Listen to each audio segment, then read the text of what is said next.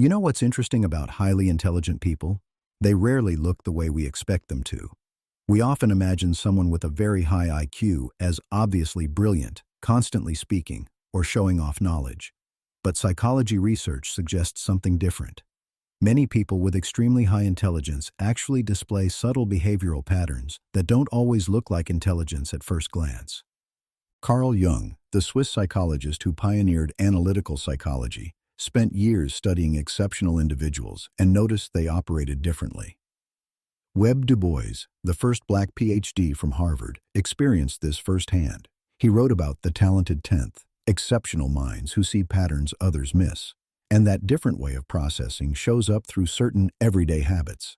Here are 10 surprisingly common habits often found in people with very high IQ. The first is spending a lot of time alone. Highly intelligent people are often comfortable with solitude, not because they dislike others, but because their brains are constantly processing ideas. Jung called this introversion and argued it was a different way of recharging mental energy. Research from the London School of Economics found that highly intelligent individuals feel less satisfied with frequent social interaction. Their brains simply crave quiet thinking time. The second habit is constant curiosity. People with high IQs ask questions about almost everything. Why do people behave this way? Why does this system work like that? Du Bois asked these questions his entire life. Their brains naturally search for patterns. Curiosity becomes a kind of mental engine. The third habit is talking to themselves. Psychologists call it self-directed speech. Studies show it improves focus and cognitive control. Jung encouraged this practice in his therapeutic work, calling it active imagination. When you see someone quietly narrating their thinking, it's actually a sign of an active cognitive system at work. The fourth habit is being comfortable saying, "I don't know." People with very high intelligence understand the limits of their knowledge. This relates to the Dunning-Kruger effect, where less knowledgeable people overestimate what they know. Jung wrote about the shadow, the parts of ourselves we don't understand. He believed true intelligence meant acknowledging how much we don't know. The fifth habit is overthinking small things. An analytical brain rarely turns off. The same cognitive processes that solve complex problems also analyze conversations and decisions in great detail. Du Bois described this as double consciousness, seeing situations from multiple perspectives simultaneously.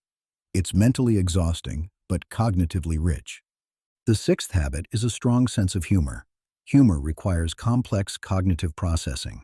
The brain must recognize patterns, break expectations, and connect unrelated ideas. Studies show a measurable correlation between higher IQ and advanced humor processing. Jung used humor therapeutically, understanding that wit requires sophisticated mental flexibility. The seventh habit is changing their minds when presented with new evidence. Highly intelligent people treat beliefs as flexible mental models rather than fixed identities. This ability is linked to cognitive flexibility, a key marker of advanced problem solving. Jung constantly revised his theories based on clinical observations. Du Bois changed positions as evidence evolved. They understood that intelligence means adapting, not staying rigid. Now consider this. How often do we interpret these behaviors incorrectly? Someone who spends time alone may seem antisocial. Someone who asks questions may seem skeptical. Someone who changes their mind may seem uncertain. But these are actually signs of deeper thinking patterns. The eighth habit is late-night thinking. Many high IQ individuals report being more mentally active at night.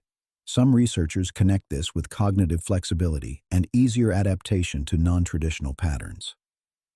Jung did much of his writing at night. Du Bois described late hours as when his mind worked most clearly. The ninth habit is observing more than speaking. Instead of immediately responding in conversations, highly intelligent people watch social dynamics first. They gather information, analyze emotional cues, then respond thoughtfully. Du Bois mastered this as one of the first black scholars in predominantly white academic spaces. He had to read every room perfectly. Jung studied this, noting how exceptional minds process social information differently. And finally, the 10th habit is a constant search for meaning. High intelligence often comes with increased awareness of complexity in society, relationships, and human behavior. This leads to deeper reflection about purpose and identity. It's not always dramatic. Sometimes it's just a quiet question. Why do we think the way we do? Jung explored this through archetypes and the collective unconscious. Du Bois explored it through race, class, and consciousness. And perhaps that's the most interesting part of intelligence. It's not just about solving equations or remembering facts. At its core, intelligence is really about curiosity. A brain that keeps exploring patterns, questioning assumptions, and trying to understand the strange, fascinating puzzle of human nature. Both Jung and Du Bois understood this. They weren't just brilliant, they were endlessly curious. And that curiosity, more than any IQ score, defined how they saw the world.